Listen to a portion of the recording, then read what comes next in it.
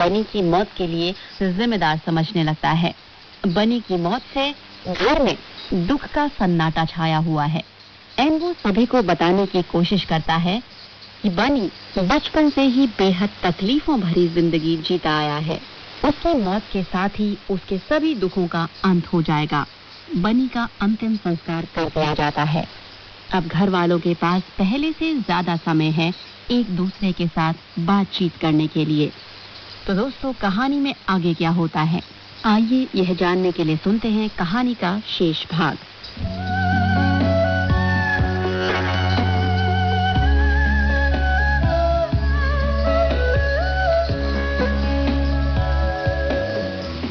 अब चूंकि बनी का अस्तित्व समाप्त हो चुका था, लिहाजा इन सारे लोगों के पास अब वह सारी जिम्मेदारियां नहीं थी जिनके तहत उन्हें बनी पर विशेष ध्यान देना पड़ता था। अब वे बड़े फुर्सत के साथ बैठकर बातचीत कर रहे थे। एनबो बता रहा था कि किस तरह आग की लपटों ने उसके नश्वर शरीर को पूरी तरह समाप्त कर दिया, और वे लोग बहुत ध्यानपूर्वक एनबो की बातें सुन रहे थे। वह बता रहा था कि उसने उस समय यह महसूस ही नहीं किया कि किसी व्यक्ति का शरीर जलाया जा रहा है, बल्कि उसे ऐसा लगा कि एक लय में थरथराती लपटें किसी के शरीर को ऊपर उठाकर शून्य में विलीन कर रहे थे। उसने कहा कि आग की लपटों के साथ ही सब कुछ समाप्त हो गया और वहां एक सन्नाटा छा गया। इसके बाद एनबो और वहां मौजूद अन्य लोग तब तक इंतजार करते रहे जब तक आग पूरी तरह शांत नहीं हो गई। आमतौर पर चिता की आग बुझने के बाद हड्डियों के कुछ टुकड़े शेष रह जाते हैं, जिसे लोग चुनकर अपने साथ लाते हैं, लेकिन बनी के मामले में ऐसा कुछ भी नहीं हुआ। जैसे ही आग ठंडी हुई, हवा का एक तेज झोंका आया और उस झोंके ने समूची राख को चारों दिशाओं में उड़ा दिया। जैसे ही सारी राख उड़ गई, हवा भी शांत हो गई। इसलिए हवा थमने के बाद वहां केवल जली हुई मिट्टी के ही निशान बचे रह गए। क्या ऐसा नहीं लगता कि सब कुछ कितना आश्चर्यजनक था? एनबो ने एक ठंडी सांस लेकर इस चमत्कार के वर्णन को समाप्त किया। भगवान ने उसे अपने पास बुला लिया। वहां मौजूद किसी ने टिप्पणी की, वह इतना दयालु और संवेदनशील था कि यह नहीं कहा जा सकता कि वह इस नश्वर जगत में रहने आया था। एक दूसरी टिप्पणी थी। सारी बात का समापन करते हुए जामकन गोनबो ने कहा, वह चाहता है कि हम लोग उसे भूल जाएं। हमें वही करना चाहिए जैसा वह चाहता है। दादी छियांग ने अंतिम संस्कार वाले उस निरर्थक पात्र को फिर से नमक से भरा। कोई बर्तन न होने की वजह से एक ऐसे अखबार पर नमक का ढेर पड़ा हुआ था जिसका एक अक्षर भी कोई नहीं पढ़ सकता था, क्योंकि वह चीनी भाषा में था। नमक को जार में उड़ेल दिया गया। दादी छियांग ने ताली बजाते हुए कहा, चलो, यह काम भी पूरा हुआ। ईश्वर ने वह चीज वापस ले ली जो उसकी ही थी। अब निश्चय ही हमारे परिवार को एक स्वस्थ बच्चे का वरदान मिलेगा। दरअसल उसकी आवाज में एक बनावटी हकलापन था। खिमचोग ने अर्थपूर्ण नजरों से एनबो को देखा। उसका चेहरा काफी लंबे समय के बाद इतना प्रफुल्लित नजर आ रहा था। जामकन गोनबो ने अभी अपनी बात समाप्त नहीं की थी। अगर तुम लोग चाहते हो कि इन कष्टपूर्ण दिनों को खुशी के साथ गुजारा जाए, तो उस व्यक्ति को भी भुलाना होगा जिसने बनी के ऊपर पटाखा फेंका था। यही एकमात्र उपाय है। नहीं, नहीं। लामा अपनी बात पूरी कर पाते उससे पहले ही एनबो और खिमचोग ने उनकी आवाज बंद करनी चाहिए। पति और पत्नी ने एक दूसरे की ओर देखा और ये निगाहें बता रही थी कि इस मुद्दे पर दोनों की राय एक जैसी है। हालांकि अनगिनत रातें दोनों एक ही बिस्तर पर गुजार चुके थे, लेकिन एक अरसा बीत गया जब इन दोनों ने एक दूसरे को इस तरह देखा हो। बेटे के खोने का गम उनके दिलों से उम्मीद से भी कम समय में खत्म हो गया, लेकिन मन के अंदर नफरत के जिस बीज ने जड़ें फैला दी थी, उससे निजात नहीं मिल सकी। जामकन गोनबो ने बौद्ध विहार में बिताए वर्षों में बुद्ध के असंख्य उपदेशों और पवित्र ग्रंथों के अध्ययन में अपने को पूरी तरह लीन कर दिया था। उन सबको एक दूसरे से जोड़ने का एक ही सूत्र था, अच्छाई का मार्ग। लेकिन उन्हें यह भी पता था कि अगर नफरत के बीज ने किसी के दिल में जगह बना ली तो ये सारे उपदेश एक कोरे कागज के समान हैं और इनका कोई लाभ नहीं है। इसका मतलब यह नहीं कि जानकन गोनगो उन उपदेशों की अपर्याप्तता को लेकर परेशान थे।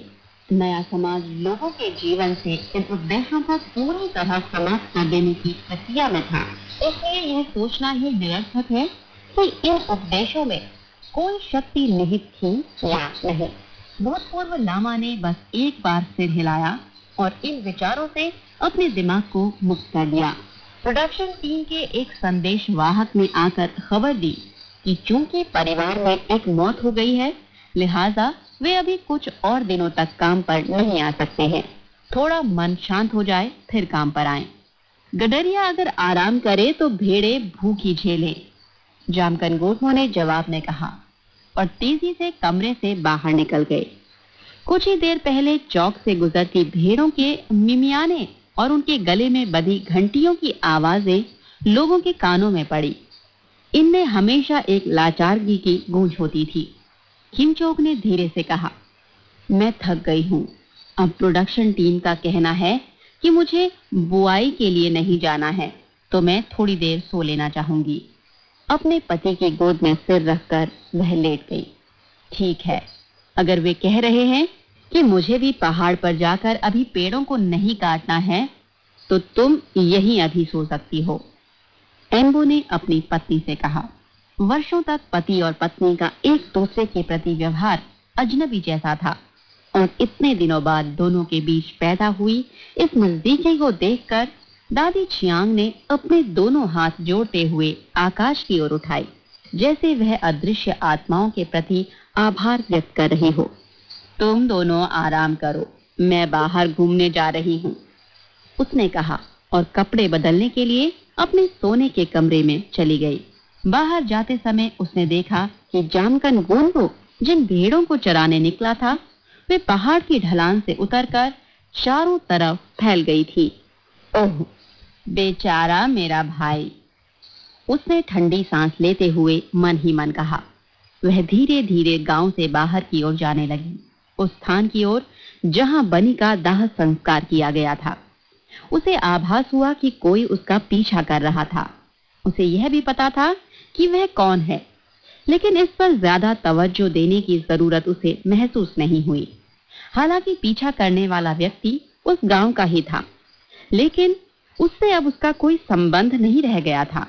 बेशक उनकी जिंदगी में अगर उसकी कोई भूमिका थी तो महज उस दिवंगत आत्मा की वजह से, जिसने परिवार में कुछ वर्ष गुजारे थे। फिलहाल बनी अब वापस स्वर्ग जा चुका है, इसलिए उसके परिवार और इस बज्जात के बीच अब कोई संबंध नहीं रहा। कुछ दूरी तय करने के बाद चियांग ने महसूस किया कि उसका पीछा करने वाला अब बिल्कुल उसके करीब आ पहुंचा है। इसलिए उसने धीमी आवाज में कहा, कुत्ते अक्सर उसका पीछा करते हैं जिसके हाथ में हड्डियां होती हैं, और किसी बूढ़ी औरत का पीछा करते समय उनसे बेहतर इसे और कौन जानेगा। पीछे आने का तुक क्या है? उसने गेला को अपना गला साफ करते सुना और फिर एक आवाज आई, दादी माँ। लेकिन उसने पीछे मुड़कर नहीं देखा और ऐसा अभिनय किया जैसे उसने कुछ सुना ही ना हो। ऐसे मौकों पर जब वह कुछ सुनना ना चाहती हो, एकदम बहरी बुढ़िया बन जाती थी।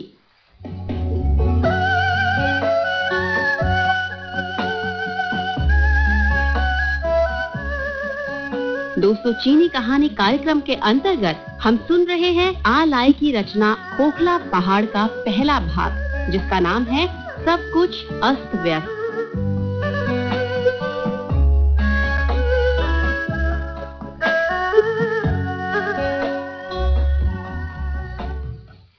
सारा दिन वह वहीं बैठी रही जहां बनी का अंतिम संस्कार किया गया था, और उस जगह को देखती रही जहां आग की वजह से मिट्टी का रंग भूरा काला पड़ गया था और उसके गिर्द झुलसी हुई घास का एक घेरा बना हुआ था।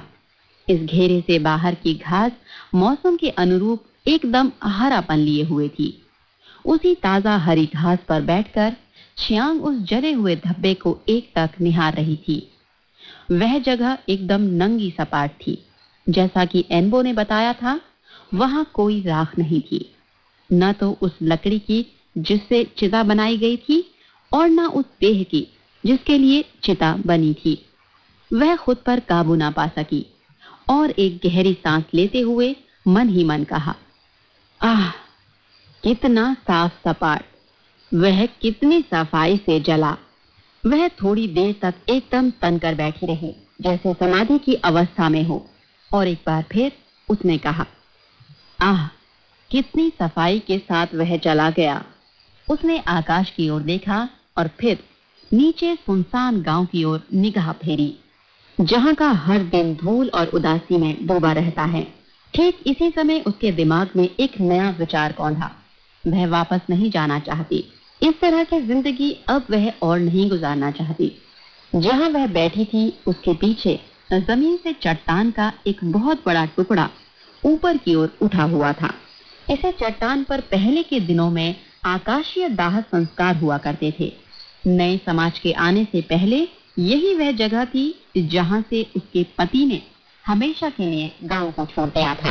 उसने भी अपने पीछे कोई कबाड़ नहीं छोड़ा, धूल का एक कण भी नहीं।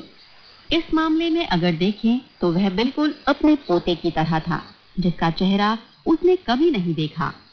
वह यहाँ इस इरादे से आई थी कि थोड़ी देर तक बैठकर अपने पति से बातचीत करेगी, लेकिन फिर उसने सोचा कि इसका कोई मायना नहीं है। उसे गुजरे 10 वर्ष से भी ज्यादा का समय बीत चुका है और आज तो वह अपने दिमाग में उस व्यक्ति की कोई धुंधली तस्वीर भी नहीं बना पाती है। अगर वह उस व्यक्ति का चेहरा ही नहीं याद कर पा रही है तो उसके साथ संवाद कायम करने की कोशिश का क्या अर्थ। यहाँ आने से पहले उसने अपने कपड़े बदले थे और इसकी वजह यह थी कि वह एक ऐसी जगह जा रही थी जहाँ जिंदगी और मौत एक दूसरे को काटते हैं और वह मृतक जनों की आत्माओं के प्रति सम्मान प्रदर्शित करना चाहती थी। लेकिन अब उसने तय किया कि वह वापस जाना नहीं चाहती। उसने इस जगह को छोड़ देने का फैसला किया है। अगर घर से निकलते समय उसे पता होता कि वह इस तरह का फैसला करेगी तो तिजोरी में से उसने अपने कुछ पुराने गहने भी रख लिए होते, जो वर्षों से धूल खा रहे हैं। उन्हें पहनकर एक बार फिर उसे खुशी होती, लेकिन अब उन गहनों को वह पहने या न पहने क्या फर्क पड़ता है। उसे बस इस बात से ही खुशी होनी चाहिए कि वह अपने साथ अपने लकड़ी की कंघी लेती आई है। अब तो उसके घर में कोई बीमार बच्चा भी नहीं है जिसकी तीमारदारी में उसे समय गुजारना पड़े। लिहाजा वह अब इतना समय निकाल सकती है कि किसी शांत जगह में चुपचाप बैठकर आराम से चंद घंटे गुजार सके और अपने बालों में कंघी कर सके। गांव में जितने भी बूढ़े लोग हैं उन सबके अजीब गंदे और उलझे बाल हैं। ऐसा लगता है कि ची गांव में रहने की पूर्व शर्त बालों का उलझे होना ही है। अभी वह इन्हीं बातों को सोचने में लगी थी कि उसे महसूस हुआ जैसे कोई बच्चा उसके पीछे आकर खड़ा हो गया है। उसने बगैर पीछे देखे कहा, ठीक है, आ गए हो तो यहाँ बैठ जाओ। गीला सामने आ गया और आकर खड़ा हो गया। बैठ जाओ, उसने फिर कहा। गीला बैठ गया और फिर उसने छियांग को संबोधित करते हुए कहा, दादी माँ, मैं जानता हूँ, तुम जानते हो कि यह है। छियांग ने एक उंगली हवा में लहराते हुए उसकी बात काट दी। फिर धीमी आवाज में कहा, देखो, वह तो अब जा चुका है और यह भी देखो कि वह कितने साफ सुथरे ढंग से गया है, अपने पीछे कुछ भी छोड़े बगैर। इसलिए उन चीजों के बारे में अब और बातें मत करो। गीला रोने लगा। तो क्या तुम भी मेरा यकीन नहीं करती हो? छियांग ने जवाब दिया, बनी की सारी तकलीफें अब खत्म हो गई हैं, लेकिन तुम्हारी नहीं। इन बातों के बारे में चर्चा करने से कोई फायदा नहीं। उस समय भी इससे कोई फायदा नहीं हुआ जब बनी ने कहा कि तुम्हारा कोई कसूर नहीं है। इसलिए अगर मैं भी ऐसा कह दूं तो तुम क्या सोचते हो कि तुम्हें कुछ फायदा होगा? तो फिर मैं क्या करूं? गैला ने सवाल किया। तुम ऐसा करो कि मेरे करीब आओ और मेरे बालों में कंघी करने में मेरी मदद करो। मेरे हाथों में इतनी ताकत नहीं है कि मैं अकेले यह कर सकूं।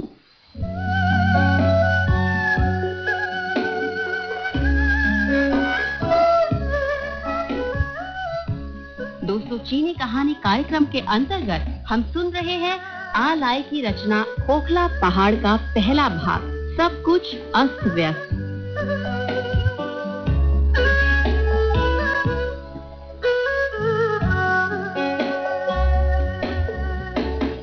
गेला ने कंघी हाथ में ले ली और वही करने लगा जो दादी माँ ने कहा था। हर बार कंघी चलाते समय कुछ सफेद बाल टूट जाते थे, जिन्हें छियांग अपनी एक उंगली में लपेटती जाती। जब पहली उंगली में बालों के लपेटने की जगह नहीं बची, तो उसने दूसरी उंगली का सहारा ले लिया। धीरे धीरे उसके उलझे हुए बाल मुलायम और सुंदर दिखने लगे। सूरज की किरणों के पड़ने से उनमें जो चमक आ गई थी, उससे बालों की खूबसूरती में और भी इजाफा हो गया। जब मैं जवान थी तो मेरे बाल बहुत ही खूबसूरत थे, छियांग ने कहा। कुछ तो ऐसे लोग थे जो मेरे बालों को देखकर ही मुझसे प्यार करने लगते थे। उन्हें मेरा चेहरा देखने की भी जरूरत महसूस नहीं होती थी। ओह, मेरे बाल ऐसे लहराते थे जैसे पहाड़ से कोई झरना गिर रहा हो। वे बाल कम, रेशम ज्यादा लगते थे। ओह, गेला ने कहा, तुम्हें पता है लोग मेरे बालों पर गीत बनाते थे। ओह, गेला ने फिर कहा। गेला के ओह ओह कहने से वह बूढ़ी औरत चिढ़ गई थी। तुम हर बार ओह ओह क्या कर रहे हो? कोई गूंगा भी तुमसे बेहतर बोल सकता है। तुम एकदम बकवास हो। लेकिन इसमें भी तुम्हारी क्या गलती है? इस जमाने में लोगों को यही नहीं पता कि सुंदरता की कैसे तारीफ की जाए। उस पर गीत और गाने लिखने की तो बात है दूर।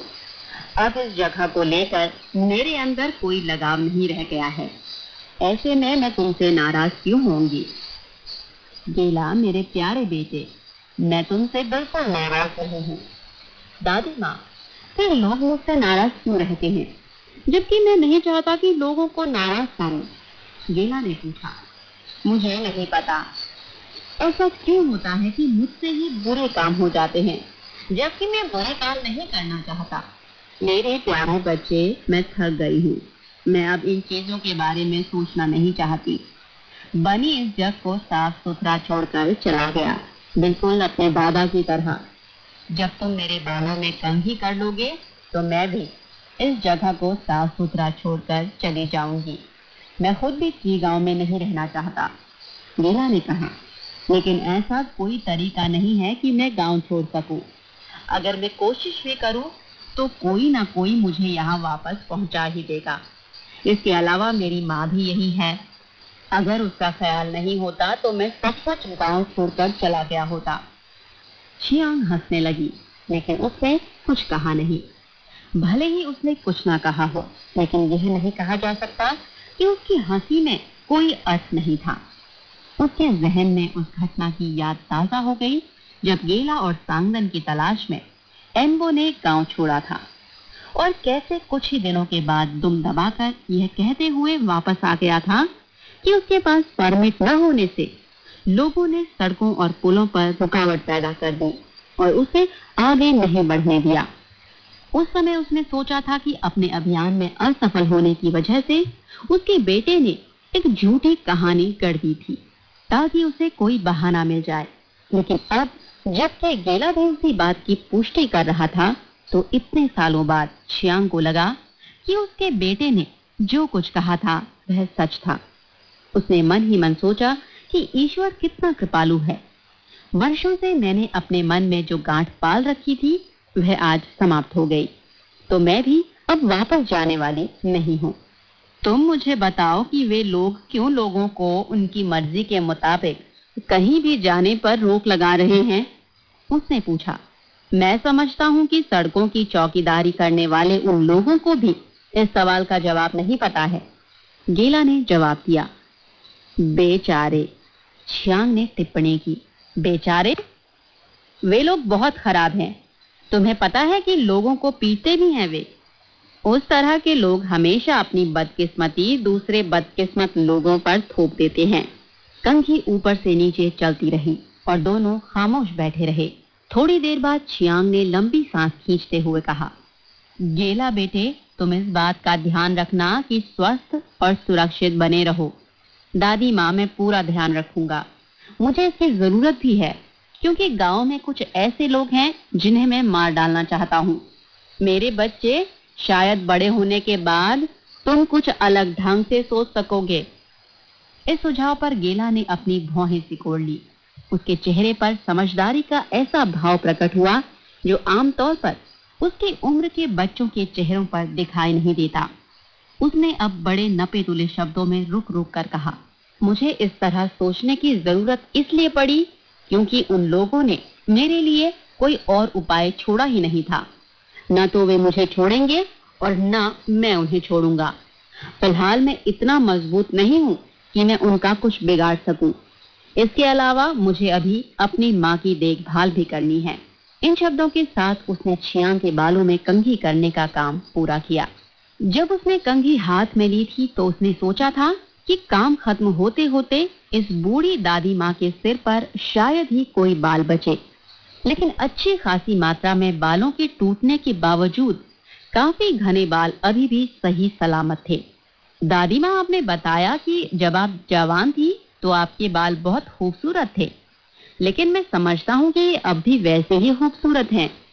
गेला ने कहा, अब मैं क्या बताऊं, यहाँ तो कोई आईना भी नहीं है। घर वापस जाने पर आप आईने में देख लेना, गेला ने सुझाव दिया। चियांग ने बालों से लिपटी उंगलियों वाले हाथ ऊपर उठाकर आकाश की ओर देखा। उन उंगलियों में लिपटे बाल सूरज की रोशनी पड़ने से रेशम की तरह चमक रहे थे।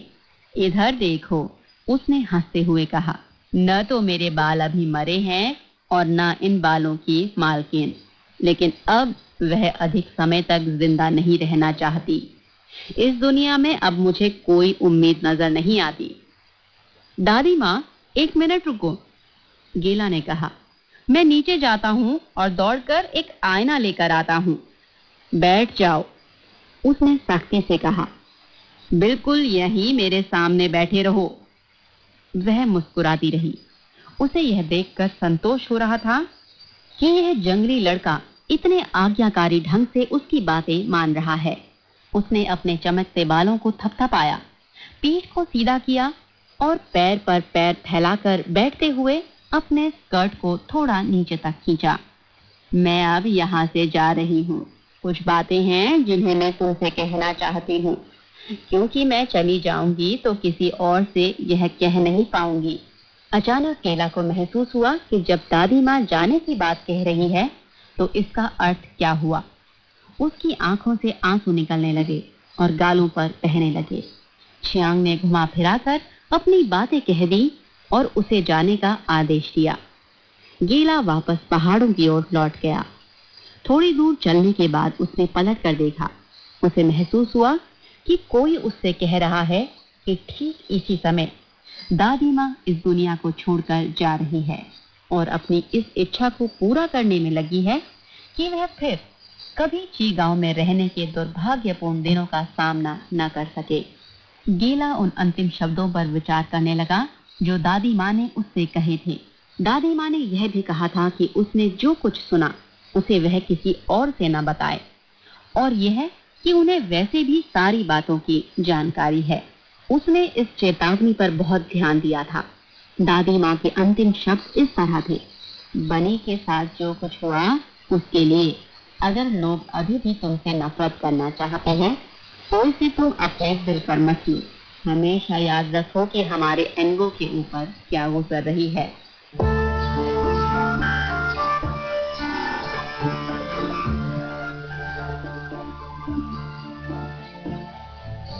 तो दोस्तों, यह थी हमारी आज की कहानी आलाई की रचना खोखला पहाड़, जो कि तिब्बत के पहाड़ी इलाके में बसे एक गांव की कहानी है।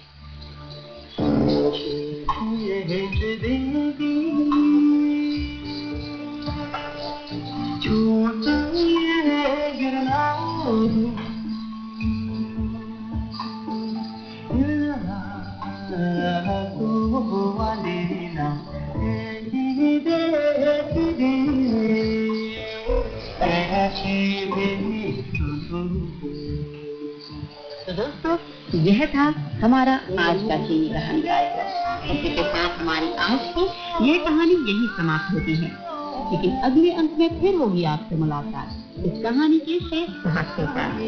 तब तक स्वस्थ रहिए, मुस्कुराते रहिए। दीजिए अपनी दोस्त और दोस्त लीला भट्ट को इजाजत। नमस्कार, बाय बाय, कैसे हैं?